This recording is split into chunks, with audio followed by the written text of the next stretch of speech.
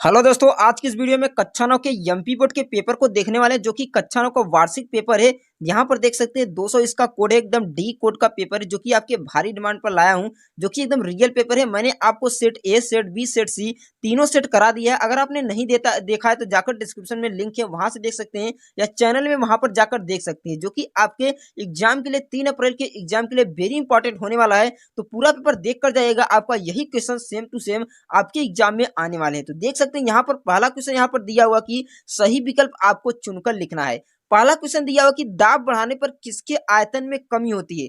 ठोस में, द्रव में, गैस में। जब भी हम दाब बढ़ाते हैं तो ठोस, द्रव, गैस यानी तीनों के आयतन में कमी होती है। तो इसका ऑप्शन नंबर कौन सा?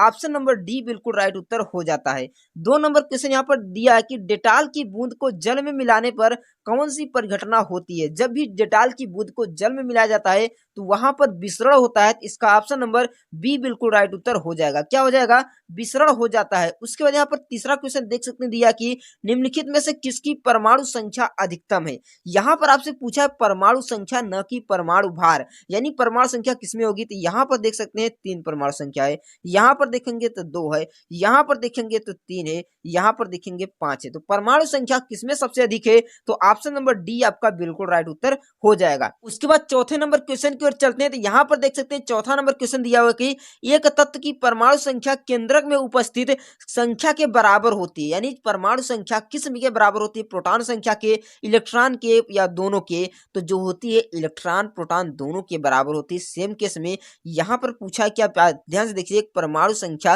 केंद्रक में स्थित किसके बराबर होती है? तो इलेक्ट्रॉन और प्रोटॉन दोनों के बराबर होती है। यदि आयन रहेगा तो केवल प्रोटॉन के बराबर होती है। उसके बाद नेक्स्ट क्वेश्चन यहाँ पर दिया कि बांध में जल, जो बांध का जल होता है उसमें कौन सी ऊर्जा होती है? तो जो जैसे बांध हो गया तो जल यहाँ पर जमा होता है, यानी रुका रहता है, तो वहां पर स्थितिज ऊर्जा होती है। कौन सी ऊर्जा? स्थितिज ऊर्जा। इसका ऑप्शन नंबर डी बिल्कुल राइट उत्तर हो जाता है। नेक्स्ट क्वेश्चन यहाँ पर देख सकते हैं 6 नंबर क्वेश्चन दिया हुआ कि किसी वस्तु में कार्य करने की क्षमता को क्या कहा जाता है? तो किसी वस्तु में कार्य करने की क्षमता को ऊर्जा कहा जाता है। तो इसका ऑप्शन नंबर ए बिल्कुल राइट उत्तर हो जाएगा। 7 नंबर क्वेश्चन यहाँ पर दिया हुआ कि परमाणु के कक्ष में इलेक्ट्रॉनों की अधिकतम संख्या कितना होता है? तो किसी परमाणु के कक्षा में जो मैक्सिमम इलेक्ट्रॉन होते हैं वह 2n² होता है। तो इसका ऑप्शन नंबर कौन सा? ऑप्शन नंबर बी बिल्कुल राइट उत्तर हो जाएगा। 8 नंबर क्वेश्चन आपके सामने यहाँ पर देख सकते हैं दिया हुआ कि ऊर्जा का एसआई मात्रक क्या होता है? तो आप सभी लोग जानते हैं ऊर्जा का एसआई मात्रक जूल होता है। तो इसका ऑप्शन नंबर डी आपका बिल्कुल राइट उत्तर हो जाएगा। तो यह आपका 8 नंबर क्या मिल जाता है?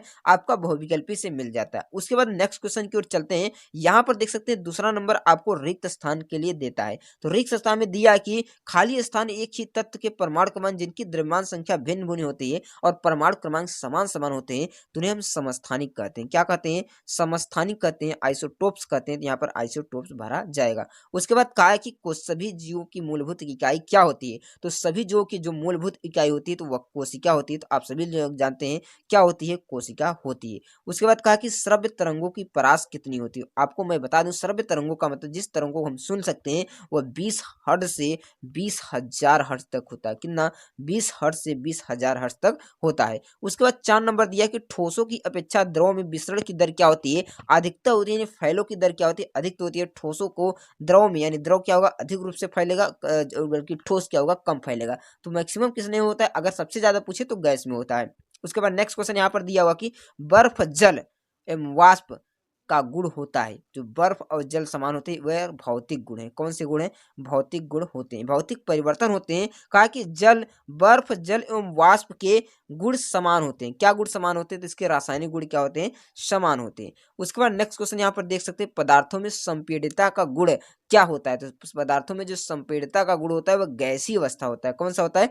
गैसीय अवस्था होता है। टिंडल प्रभाव में कोलाइडी विलयन का क्या होता है? एक प्रकाशीय गुण है। क्या है? एक प्रकाशीय गुण है। तो इसका प्रकाशीय उत्तर हो जाएगा। उसके बाद यहाँ पर आपको सही जोड़ा मिलाना है। जब भी आपको सही जोड़ा मिलाना हो, जो आपको आता है सबसे पहले उसी को मिला लेना है। शक्ति को आप जानते हैं कि शक्ति का मात्रक यानी वाट होता है, यानी पी बराबर हम जानते हैं कि W/T होता है। W को हम जूल कहते हैं, इसका सेकंड कहते हैं, जूल प्रति सेकंड भी हो जाएगा। क्या हो जाएगा? जूल प्रति सेकंड। यहाँ पर देख सकते हैं जूल प्रति सेकंड दिया है, तो इसमें आप इसको मिला लेंगे। उसके बाद रेखी पेशी पूछे, अगर आपको रेखी पेशी नहीं पता है इसको छोड़ दीजिए। कार्य की इकाई आप सभी लोग जानते हैं, कार्य की इकाई जूल होता है, तो जूल आप मिला दीजिए। उसके बाद कहा कि वेग परिवर्तन की दर को क्या कहते हैं, तो सभी लोग जानते हैं वेग परिवर्तन की दर को क्या कहा जाता है। तो वेग परिवर्तन की दर को आपको बताना है क्या कहते हैं। यहाँ पर देख सकते हैं स्वादली दिया है, कोशिका ऊर्जा घन, न्यूरॉन दिया है, हाइड्रोजन दिया है, त्वरण दिया है और कार्य दिया है, समय दिया है, कार्य समय दिया है और इच्छिक पेशी दिया है। तो और आगे आप देख सकते हैं लाइसोसोम दिया है, लाइसोसोम को आत्मघातीय की थैली कहते हैं, इसका इसमें डी हो जाएगा। उसके बाद माइटोकॉन्ड्रिया दिया, तो आप सभी लोग जानते हैं कोशिका का ऊर्जा घन माइटोकॉन्ड्रिया होता है, इसमें मिला लेंगे। पर हाइड्रोजन परमाणुओं का एक मोल क्या होता है, एक हाइड्रोजन परमाणु यहाँ मिल जाएगा। तंत्रिका ऊतक क्या होता है, तंत्रिका ऊतक आप मिलाएंगे क्या, इच्छिक पेशी होता है। तंत्रिका ऊतक इच्छिक पेशी तो नहीं होगा। उसके बाद यहाँ पर दिया है लाइसो, आपका वेग परिवर्तन की दर आपको बताना है। वेग परिवर्तन की दर को हम क्या कहते हैं, बल का। वेग परिवर्तन की दर को बल कहते हैं। तो यहाँ पर देख सकते हैं आवेग यहाँ पर दिया ही नहीं, तो जो दिया उसको मिला लेंगे। उसके बाद नेक्स्ट क्वेश्चन यहाँ पर देख सकते हैं दिया हुआ है। नेक्स्ट क्वेश्चन दिया है कि एक वाक्य में आपको लिखना है। कहा कि कड़कनाथ किस जंतु के लिए, तो मुर्गा के लिए, आप जानते हैं कुकड़ू कुकड़ू। उसके बाद नमक एवं आयोडीन का मिश्रण किस विधि द्वारा प्रयोग होता है, तो उसका उदरपातन द्वारा अलग होता है। जड़ों में जल के लड़ों का संवहन किसके द्वारा होता है, तो जाइलम द्वारा होता है। किसके द्वारा होता है, जाइलम द्वारा होता है। वेग दिया कि वेग के प्रतिसरण में होने वाली कमी को क्या कहते हैं, तो व्यंदन मंदन कहते हैं। किसी वस्तु के वेग में लगातार कमी होती है उसे मंदन कहते हैं, लगातार वृद्धि होती है तो उसे त्वरण कहा जाता है। एक सरल आवर्त गति का उदाहरण तो घड़ी का पेंडुलम ले सकते हैं। गोखुर गाजर घास की मोथा किसके उदाहरण, तो एक खरपतवार के उदाहरण है। और संरचना के आधार कोशिकाओं के समूह को क्या कहते हैं, तो ऊतक कहा जाता है। क्या कहा जाता है, ऊतक कहा जाता है। 5 नंबर यहाँ पर क्वेश्चन दिया हुआ कि गर्म शुष्क के दिन में रेगिस्तानी कूलर अधिक ठंडा क्यों होता है, इसको बताना है। गर्म शुष्क दिन के रेगिस्तानी कूलर अधिक ठंडा होता है। वाष्पीकरण की गुप्त उष्मा से आप क्या समझते हैं, वेरी इंपॉर्टेंट क्वेश्चन है, तो दोनों को आपको अच्छी तरह से याद करके जाना है। उसके बाद यहाँ है कि यौगिक और मिश्रण में आपको अंतर बताना है। कोलाइडी गुणों के क्या करना है, गुणधर्म आपको लिख लेना है। उसके बाद यहाँ पर कोलाइडी के गुण आपको मैंने बना दिया। निलंबन के उदाहरण बताना है। कैनाल किरणों, कैथोड किरणों के गुण भी आपको अच्छी तरह से लिख लेना है। उसके बाद 9 नंबर दिया कि 3 कक्षाओं में बोर के परमाणु मॉडल का चित्र बनाइए अथवा परमाणु संख्या के नाम आपको लिखना है। परमाणु के नाम लिखना है, मैंने आपको बताया इलेक्ट्रॉन प्रोटॉन न्यूट्रॉन होते हैं। क्या परमाणु के अपरमाणु क्या होते हैं, इलेक्ट्रॉन प्रोटॉन न्यूट्रॉन होते हैं। उसके बाद नेक्स्ट क्वेश्चन यहाँ पर देख सकते हैं दिया हृदय पेशी का नामांकित चित्र बनाना है और निम्नलिखित ऊतक के नाम लिखना है। यहाँ पर जो दिया उस ऊतक का आपको नाम लिख लेना है। उसके बाद दिया कि पादपों को सरल ऊतक कितने प्रकार के होते हैं, इसके बारे में इसको अच्छी तरह से लिख लेना है। सदिश राशि आपको बताना है। सदिश राशियाँ क्या होती है, जिन राशियों में सदिश मतलब दिशा के साथ परिमाण दोनों के सकता है उसे सदिश राशि कहते हैं। जैसे बल एक क्या होता है, सदिश राशि होता है। उसके बाद एक समान गति से आप क्या समझते हैं, जब गतिशील वस्तु अचानक रुकती है तो आप उसकी ओर झुक जाते हैं, इसको बताना है। बल का ऐसा ही मात्रक क्या होता है, जूल होता है। ये भी आप अच्छी तरह से लिख लेंगे। उसके बाद 14 नंबर क्वेश्चन दिया कि क्रिकेट बॉल के कैच को रोकते समय हाथ को पीछे खींच लेता है क्यों, या जब किसी खिड़की की दरी कारपेट से पीटा जाता है उसके धूल कण क्या होते हैं, बाहर निकाल जाते हैं, किसके कारण, जड़त्व के कारण। द्रव्यमान का उभार में आपको 2 अंतर बता देना है अच्छी तरह से। उसके बाद यहाँ पर देख सकते हैं द्रव्यमान उभार में अंतर।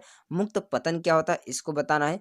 पानी की सतह पर रखने पर वस्तुएं क्यों डूबती है, स्पष्ट कीजिए, इसको बताना है। गुरुत्वाकर्षण का सार्वत्रिक नियम भी आपको बताना है, जो कि काफी इंपॉर्टेंट क्वेश्चन है। इन सभी को अच्छी तरह से आपको याद करके ही जाना है। यहाँ पर देख सकते हैं अगला क्वेश्चन यहाँ पर दिया कि गुरुत्वाकर्षण का सार्वत्रिक नियम क्या है। पादप एवं जंतु में कोई अंतर आपको यहाँ पर बता देना है। अथवा आपको कहा माइटोकॉन्ड्रिया का बिजली घर क्यों कहा जाता है, माइटोकॉन्ड्रिया को बिजली घर क्यों कहा जाता है, इसको याद करके अच्छी तरह से जाना है। आपको मैंने पूरा का उत्तर बता दिया है। ऊर्जा संरक्षण का नियम लिखना है, गतिशील ऊर्जा लिखना है, मत्स्य संवर्धन के 2 गुण लिख लेना है। इन सभी क्वेश्चनों को आप अच्छी तरह से हल करेंगे तभी इसका आपको फायदा होने वाला है। मधु उत्पादन के व्यक्तियों को आपको क्या करना है, अच्छी तरह से लिख लेना है, अच्छी गुणों को आपको बताना है। 20 नंबर दिया है यदि कार्बन के, यहाँ पर कार्बन लिखना है, यहाँ पर देख सकते हैं संकेत भी दिया हुआ है। इन सभी क्वेश्चनों को आपको अच्छी तरह से देख लेना है, स्क्रीनशॉट ले लेना है और सभी क्वेश्चनों को अच्छी तरह से हल कर लेंगे। सभी क्वेश्चनों को अच्छी तरह से हल करेंगे तभी आपको इसका फायदा होने वाला है। तो पूरा पेपर आपको अच्छी तरह से हल कर लेना है, एक भी क्वेश्चन छोड़ना नहीं है। तो आई होप फ्रेंड ये वीडियो आपको पसंद आई होगी। अगर वीडियो पसंद आए वीडियो को लाइक कर दीजिएगा, चैनल पर नए हैं तो चैनल को सब्सक्राइब जरूर कीजिएगा। अब मैं मिलता हूँ नए पेपर के साथ, तब तक के लिए जय हिंद, वंदे मातरम।